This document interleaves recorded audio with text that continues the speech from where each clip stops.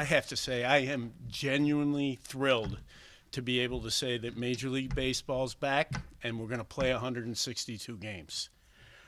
I do want to start by apologizing to our fans. I know that the last few months have been difficult. There was a lot of uncertainty. At a point in time when there's a lot of uncertainty in the world, sort of the way the process of collective bargaining works sometimes, but I do apologize for it.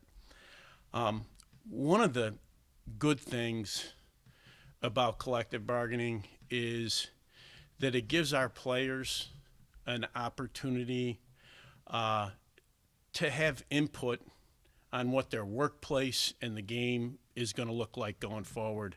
And they took full opportunity to provide that input during these negotiations.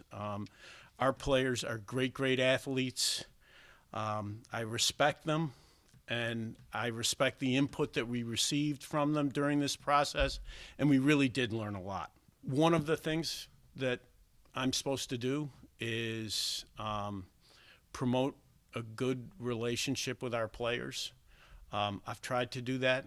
I think that I have not been successful in that. I think that it begins with small steps. It's why I picked the phone up after the ratification and called Tony and expressed my desire to work with him. And, it's going to be a priority of mine moving forward to try to make good on the commitment that I made to him on the phone.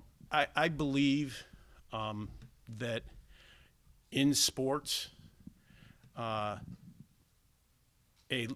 off-season lockout is the most effective way to get to an agreement without losing games if you can't make an agreement before expiration.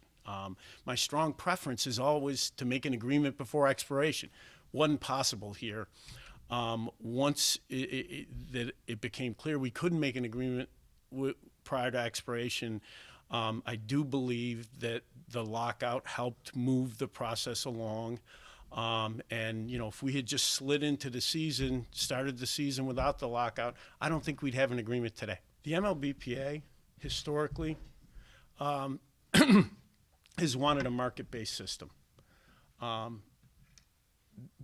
Over, multiple negotiations, that's been a primary objective of theirs.